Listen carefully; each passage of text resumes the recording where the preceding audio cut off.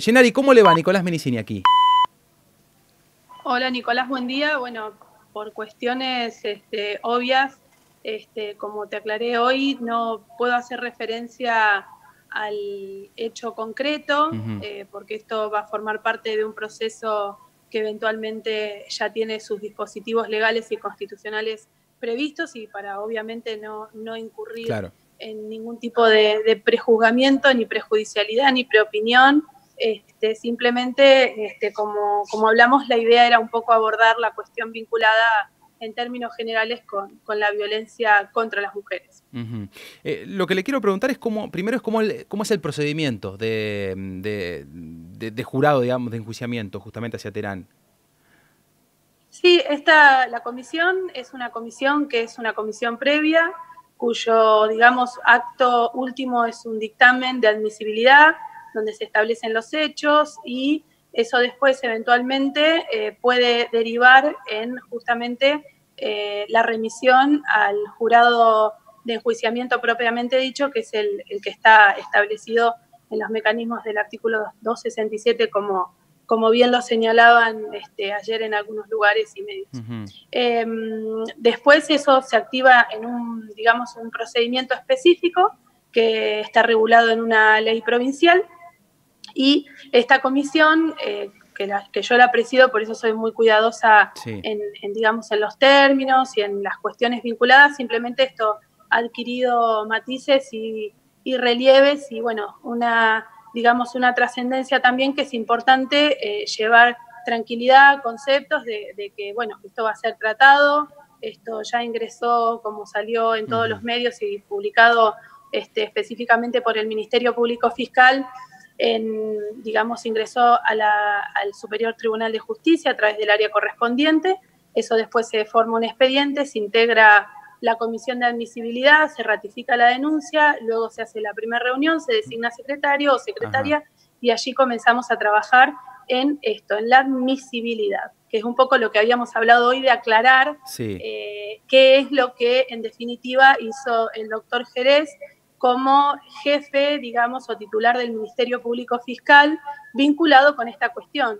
Eh, digamos, el propio titular, esto es información pública, el propio titular del Ministerio Público Fiscal, en uso de sus competencias y de sus obligaciones, y haciendo hincapié, digamos, estas son declaraciones públicas, Ujú. en su rol de quien fija las políticas dentro del Ministerio Público Fiscal, es quien promueve este pedido de jurado de enjuiciamiento. Ujú. ¿Cuánto puede llegar a durar este proceso? ¿Cuánto tiempo?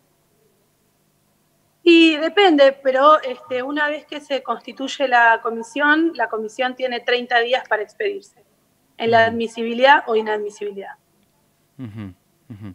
Estaríamos Y hablando... después está el Sí. jurado de enjuiciamiento, que bueno, ya en el caso de declarar la admisibilidad, empieza el proceso del jurado de enjuiciamiento, que ya lo vimos en otros casos, que bueno, el plazo yo no lo puedo establecer Ujú. porque no integro el jurado de enjuiciamiento, digamos, sino la comisión de admisibilidad que es previa.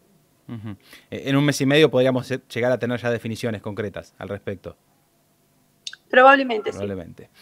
Nosotros hace algunos minutos escuchábamos la palabra de Miguel Apablaza. Miguel Apablaza era el hermano de Karina, el tío de Valentina, las víctimas del doble femicidio de las ovejas. Él de alguna manera avalaba la palabra del fiscal. ¿En qué sentido? Él decía que la justicia a veces poco hace justamente para que estos hechos no se repitan. No, lo que quiero saber es, bueno, ¿en qué se está trabajando? Aquel hecho, sin dudas, lo que pasó en el doble femicidio marcó un antes y un después en la provincia, fue un hecho realmente tremendo. Se trabajó de alguna manera al respecto. Según la asociación de Apablaza, esto todavía no alcanza, pero ¿en qué nota que se ha mejorado? ¿En qué se está trabajando? ¿Qué está haciendo la justicia puntualmente? Bueno, la realidad es que hay que entender que el fenómeno de la violencia contra las mujeres es un fenómeno multicausal. Entonces no es que hay respuestas unívocas, únicas, específicas y absolutamente inmediatas de implementar. Es un fenómeno donde, esto yo lo digo, lo repito muchas veces, hay personas que creen que están diciendo algo que contribuye justamente a generar eventualmente una respuesta positiva y en definitiva la falta digamos, de la concepción de lo que es el enfoque de género, la perspectiva de género, muchas veces hace que se confundan cuestiones. ¿Por qué? Porque la violencia contra las mujeres está naturalizada. La violencia contra las mujeres formó parte durante muchísimos años de un sistema. El sistema, cuando hablan del sistema patriarcal, es un sistema de ideas, es un sistema que forma parte también de quienes escribieron leyes de educación, planes económicos, planes educativos.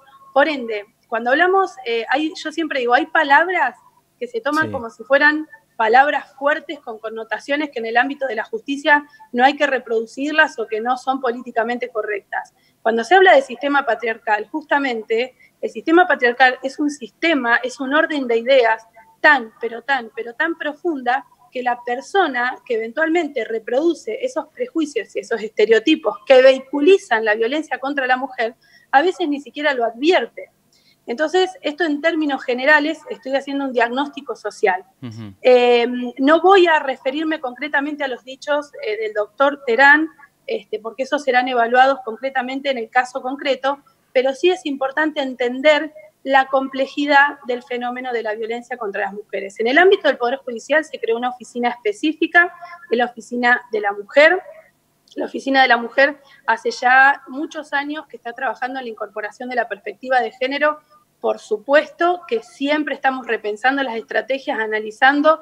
Ahora estamos próximos, en este contexto de pandemia, a inaugurar nuestra aula virtual, lo que nos va a permitir ir llegando a cada vez más sectores que hoy el distanciamiento y estas cuestiones no nos permitían. Entonces, las estrategias tienen que ser cada vez más profundas y los mensajes más claros. Vivimos en una sociedad con un orden preestablecido donde se ha naturalizado durante muchos años la violencia contra las mujeres. Entonces, esto requiere de estrategias profundas, de políticas públicas integrales. Precisamente una de las cuestiones que ahora quiero destacar es que está reactivada la Comisión del Seguimiento de las Leyes 27, 85 y 86, de la cual formo parte, donde estamos trabajando en estos conceptos, en empezar a generar estrategias entre las tres funciones del Estado, porque hay muchísimo esfuerzo, muchísimo trabajo, pero la realidad es que hay que ir permanentemente revisando y repensando las estrategias de cómo revertimos un paradigma que ha naturalizado la violencia contra las mujeres. Esto no lo digo yo, esto lo dicen desde informes regionales de organismos multilaterales específicos. Por ende, Neuquén como Estado tiene que asumir un compromiso inclaudicable, cada vez más progresista y metodológico, en reconocer que necesitamos estrategias cada vez más profundas y políticas públicas para prevenir, sancionar y erradicar la violencia contra la mujer. Y esto no es un discurso, esto es que tiene que ser transversal, desde los medios de comunicación, que no pueden transmitir, por ejemplo, los femicidios como si fuera un show o un espectáculo público, donde muchas veces la mujer hasta en los medios es de alguna manera tratada de una forma que no corresponde, y eso a su vez genera que la violencia se vehiculice muchísimo más. Por ende, estamos hablando ya de un compromiso social y de un pacto muy, pero muy amplio. Claro. Entiende que las declaraciones, quizás sin meternos de fondo en las declaraciones de Terán, pero entiende que él, a ver, desconoce un poco cuál es la realidad en todo esto, en lo que es los hechos de violencia de género, de femicidios. Nicolás, yo, te voy a decir un poco lo que dije hoy, y no es que no me puedo referir al caso concreto, digamos, porque si no estaría ya adelantando lo que opino. Lo que sí yo creo que hay que tener en claro la importancia de lo que... Estoy acá con un problema con la cámara porque por ahí me cambian el cuadro y no me veo bien. Cualquier cosa me dicen, pero ahí está bien, sí. Yo no me puedo referir al caso concreto porque estaría incurriendo en prejuzgamiento.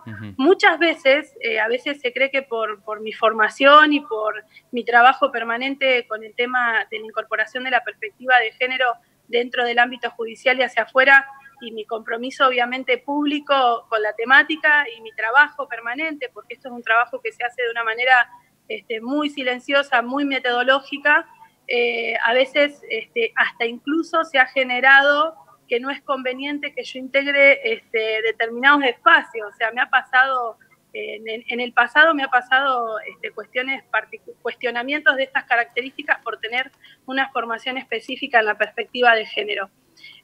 Por eso no me voy a referir al caso concreto, porque eso será parte del análisis de la admisibilidad, de las pruebas que se adjunten.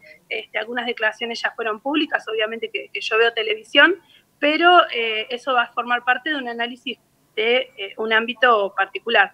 Pero sí me gustaría destacar que el Poder Judicial, y esto no es discursivo, tiene una política, digamos, donde estamos profundizando las estrategias, tratando todo el tiempo de mejorar, y de hecho ahora estamos por publicar la memoria de la Oficina de la Mujer en todo lo que es capacitación, pero la capacitación, luego lo que tenemos que hacer es medir el resultado de esa capacitación, y es un proceso que lleva muchísimo tiempo. Pero si las estrategias del Poder Judicial tampoco van acompañadas de otras estrategias de otras funciones del Estado, como Estado neuquino, digamos, nunca vamos a lograr ir reduciendo o erradicando la violencia contra las mujeres. Doctora, gracias por estos minutos, muy amable. No, muchas gracias a vos, Nicolás. Un placer como siempre.